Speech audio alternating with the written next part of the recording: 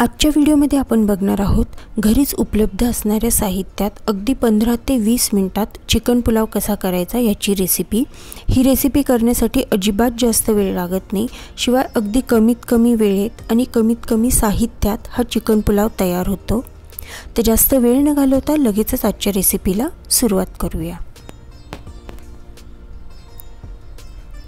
या ठिकाणी मी अर्धा किलो चिकन घेतलेलं आहे आणि हे चिकन चांगलं स्वच्छ धुवून घेतले। 2 ते 3 पाण्याने हे चिकन धुवून घ्यायचं। त्यानंतर मग याच्यामध्ये चिकन मॅरिनेट करण्यासाठी काही बेसिक मसाले आपण वापरणार आहोत। तर सगळ्यात आधी इथे अर्धा चमचा हळद टाकली आहे, त्यानंतर 1 चमचा मीठ टाकून घेतलेला आहे आणि अगदी 1 चमचा लाल मिरची पावडर वापरलेली आहे। हे सगळे मसाले चिकनला व्यवस्थित लावून घ्यायचे। आता या ठिकाणी आले लसणाची पेस्ट देखील टाकायची आहे, तर ती मी आधी टाकायला हवी होती पण आत्ता टाकते। तर आले लसणाची पेस्ट पण ह्या चिकनला व्यवस्थित लावून घ्यायची आणि हे चिकन मॅरिनेट करण्यासाठी ठेवून द्यायचे। जोपर्यंत आपण बाकीची तयारी करणार तोपर्यंत हे चिकन व्यवस्थित मॅरिनेट होतं। आता ह्या ठिकाणी मी हा अख्खा बासमती तांदूळ जो असतो तो घेतलेला आहे। तुम्ही कुठलाही जुना तांदूळ किंवा ज्याचा भात अगदी मऊ सुटसुटीत असा होतो तो तांदूळ वापरला तरी चालेल। तर ह्या ठिकाणी मी ह्या आपल्या रोजच्या वाटीने 2 ते 2.5 वाट्या हा तांदूळ घेतलेला आहे। तर सगळ्यात आधी हा तांदूळ आपल्याला स्वच्छ धुवून घ्यायचा आहे। मी हा तांदूळ फक्त स्वच्छ धुवून घेणार आहे, भिजत ठेवणार नाहीये। आता पुलावमध्ये टाकण्यासाठी एक वाटण करून घ्यायचे, अगदी बेसिक वाटण आहे। तर त्यासाठी इथे कांदा, टोमॅटो, 1 हिरवी मिरची, खोबऱ्याचा तुकडा, थोडे लसूण आणि इथे कोथिंबीरीच्या काड्या घेतलेल्या आहेत। तुम्ही हवं तर पानांसहित कोथिंबीर वापरली तरी पण चालेल। आता हिरवी मिरची तिखट असल्यामुळे मी इथे एकच वापरलेली आहे। या ठिकाणी कांदा आणि खोबरं हे व्यवस्थित भाजून घेतलेलं आहे आणि लसूणही सोलून घेतलेला आहे। कांदा आणि खोबरं भाजलेलं असल्यामुळे गरम असणार, त्यामुळे ते थंड करून घ्यायचं आणि त्यानंतर मग ह्याचं वाटण करायला घ्यायचं। तर मिरचीचे थोडे तुकडे करून घेतले आणि त्यानंतर मग मिक्सरच्या भांड्यात कांदा, खोबरं, लसूण आणि टोमॅटो, कोथिंबीरीच्या काड्या हे सगळं साहित्य टाकून ह्याचं थोड्याशा पाण्याचा वापर करून हे आपण वाटण तयार करून घेणार आहोत।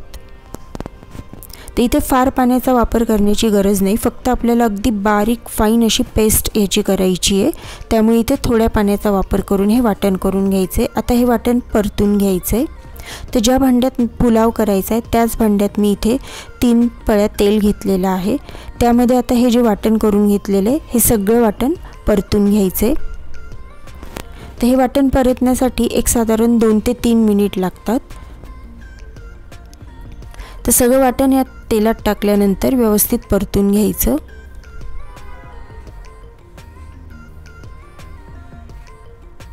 वाटण इथे परतून झालेले, वाटणाचा कलर बघा चेंज झालेला आहे आणि त्याला तेलही सुटलेलं आहे।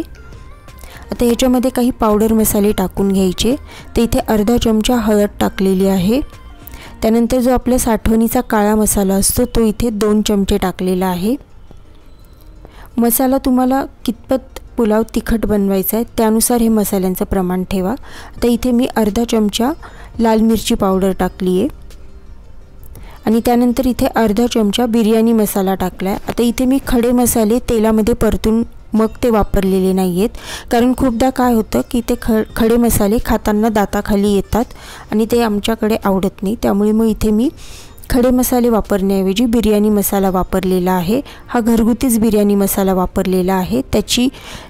तो कसा करायचा याची लिंक मी आपल्या डिस्क्रिप्शन बॉक्समध्ये दिलेली आहे, तुम्ही नक्कीच जाऊन चेक करा।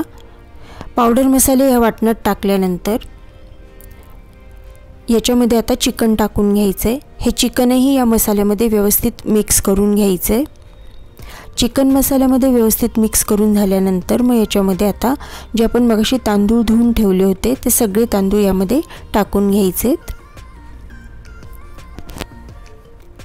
तांदूळ टाकल्यानंतर ते पण ह्या चिकन सोबत आणि मसाल्यांसोबत व्यवस्थित मिक्स करून घ्यायचे। इथे अजून आपण मीठ टाकलेलं नाहीये, तर आता इथे चवीनुसार मीठ टाकून घ्यायचे।